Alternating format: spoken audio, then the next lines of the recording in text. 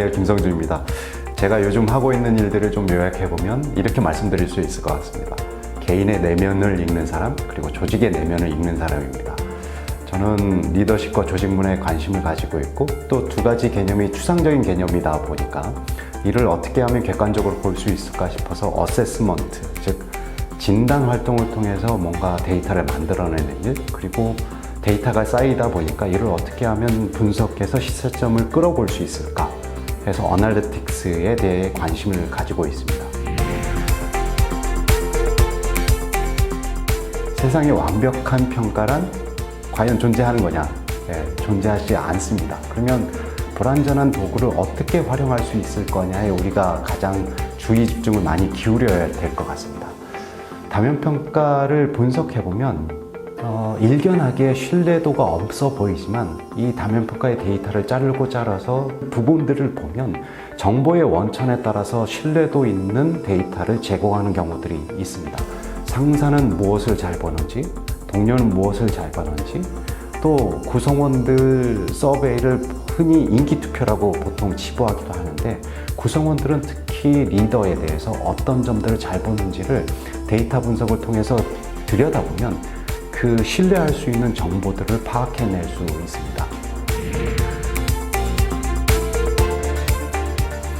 우리가 성과를 내는 과정을 최종을 아웃풋이라고 한다면 그 전 단계를 프로세스, 인풋 이렇게 구분할 수 있겠죠. 인풋, 프로세스, 아웃풋입니다. 인풋은 우리가 흔히 말하면 전문적 지식, 전문적 기술을 보통 얘기하겠고요. 거기에 대해서 이 사람이 얼마나 그 업무에 대해서 열의를 가지고 대하느냐를 보는 것이겠죠. 또 프로세스는 이 사람이 일을 할 때 어떠한 가치, 어떠한 원칙으로 일을 대했는지, 또 사람들과 협업하면서 어떠한 태도를 보였는지, 행동을 보였는지를 평가하는 것이겠고요. 그리고 아웃풋은 우리가 흔히 평가하는 최종 성과를 얘기합니다. 일련의 과정들을 살펴보면 성과뿐만 아니라 성과에 미치는 다양한 요소들을 우리가 그걸 평가라는 이름으로 붙이든 또는 진단이라는 이름으로 붙이든 관리해야 함을 알 수 있습니다. 그러면 각사마다 이 과정들이 다를 수 있기 때문에 우리가 어떠한 포인트들을 짚어야 하는지, 어떠한 것들을 진단해야 되는지를 좀 고민해 볼 필요가 있을 것 같습니다. 그 발전 방향을 크게 두 가지로 좀 말씀드릴 텐데요. 평가 전반에 대한 얘기를 먼저 말씀드리고자 합니다.